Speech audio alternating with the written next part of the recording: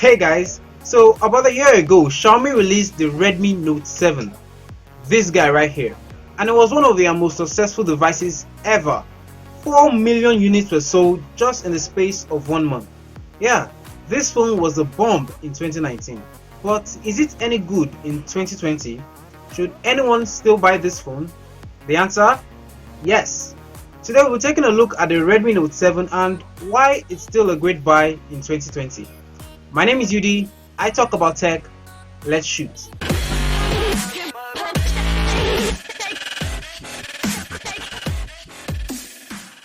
So first, let's lay out the specs of the Redmi Note 7.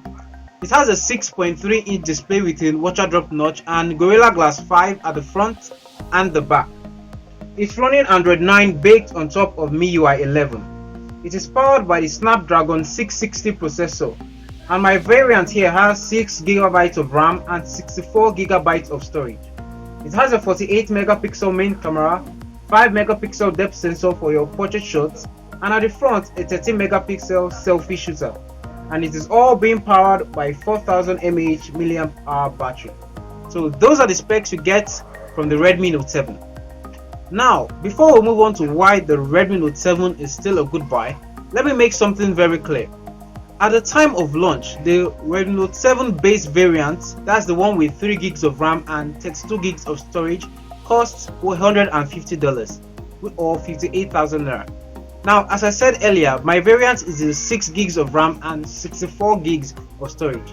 Now, this variant originally cost $200 or 75,000 naira. Now, guess how much I bought mine? 55,000 naira. Yeah, price drop. Do you know that this is not a used phone? This was bought brand new from AliExpress. So unless you are getting one within the similar price drop or that 50,000 naira price range, don't buy it. There are better options out there.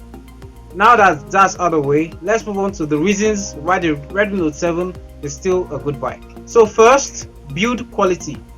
The Redmi Note 7 has Gorilla Glass 5 at the front and the back, so it's a glass sandwich. Whenever I told my friends about Gorilla Glass 5, they always said it was a gimmick, but I can assure you it isn't. My phone and this phone is living proof. By the way, I use the Redmi 7. So both this phone and my phone has fallen on the ground several times.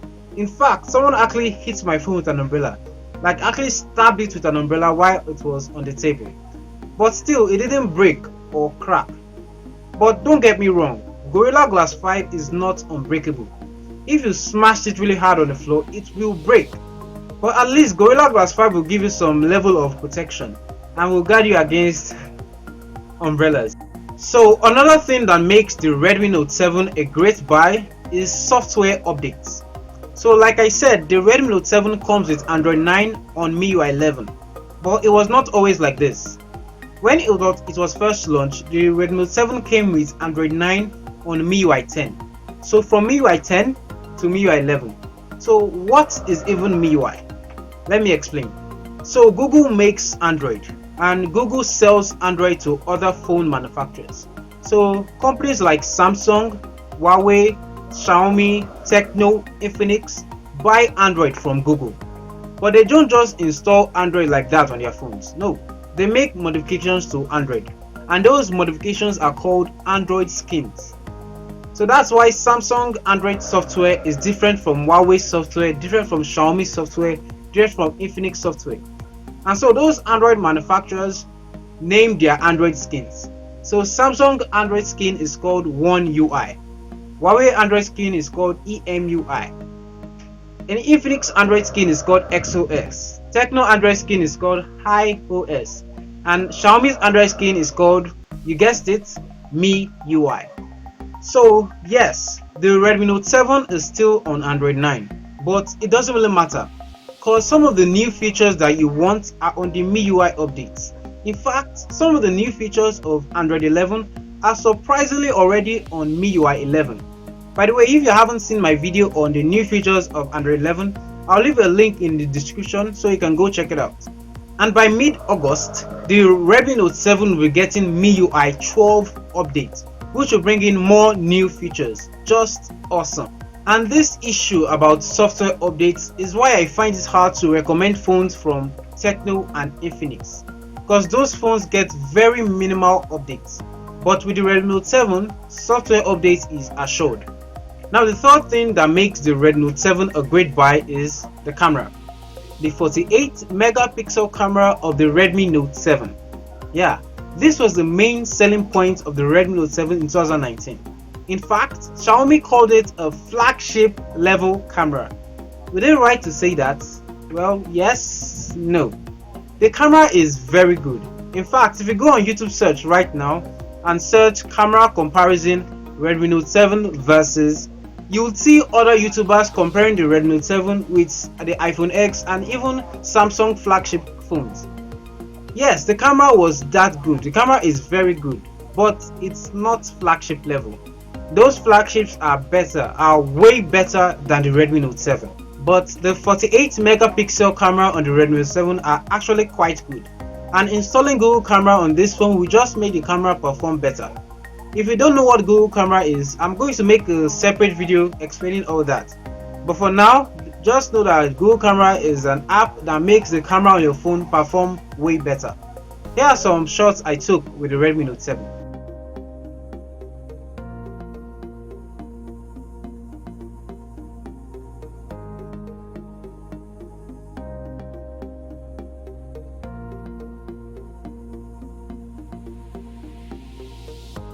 So as we've all seen, the cameras on the Redmi Note 7 are actually quite good. From the normal pics to the portraits to the selfies, and the selfie portraits are all very good on the Redmi Note 7. Now for video, the Redmi Note 7 can shoot in 1080p resolution at 60 frames per second at the back camera. Now at the front camera, the selfie camera, it can shoot in 1080p resolution at 30 frames per second. Here are some samples.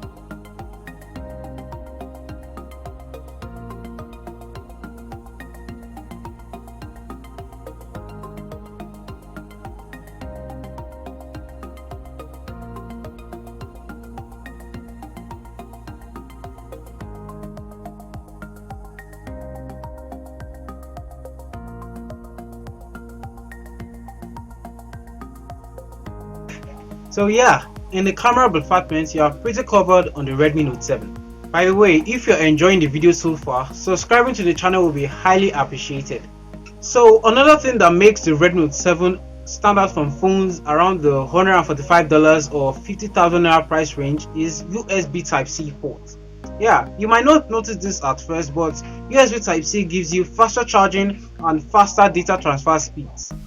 Phones around this price range will probably give you micro USB, but on the Redmi Note 7 we have Type-C here. So the last reason to buy the Redmi Note 7 is the SoC, the system on chip. That's the processor. So the Snapdragon 660 is a very efficient processor. Sure, it's a year old, but some of the phones that people say are better, the likes of Infinix and Tecno, actually come with less efficient processors. Did you know that the brand new Camon 15 comes with a processor that's almost 3 years old? 3 years old? Yeah, and even the brand new Infinix X6 comes with a processor that is almost a year old.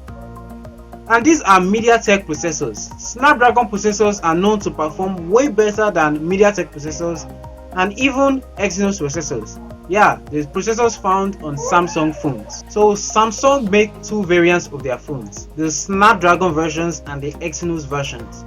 And even Samsung themselves know that the Snapdragon versions perform way better than the Exynos versions. And here in Nigeria, we don't get the Snapdragon versions. We are stuck with the Exynos versions. And most people complain that the Snapdragon versions perform 20% faster than the Exynos versions. Here's what Mr. Aaron, that's Mr. Who is the Boss, had to say on this. But I've spent some time with both of these versions of the Galaxy S20 Ultra, and I think the difference is so big, the Snapdragon version almost feels like a different smartphone.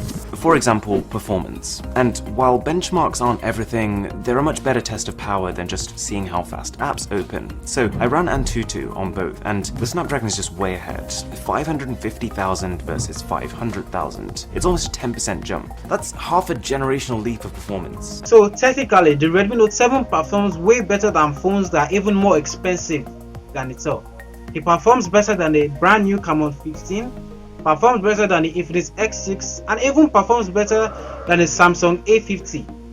By the way, that phone costs double the price of the Redmi Note 7.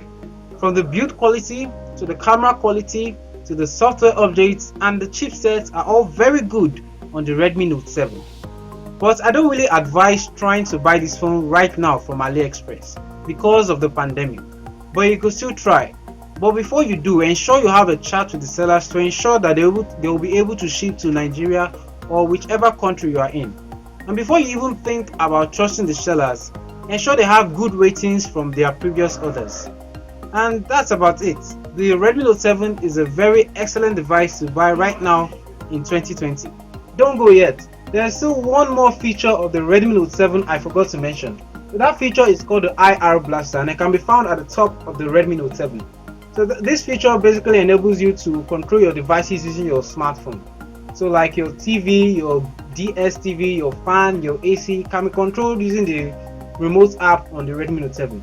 So this is a very useful feature found on Xiaomi phones, and this will be quite important to a lot of people. Do tell me what you think about the Redmi Note 7 in the comment section down below. I would love to know your thoughts. My name is UD, this is UD Shoots. Thanks for watching, and I'll see you in my next video.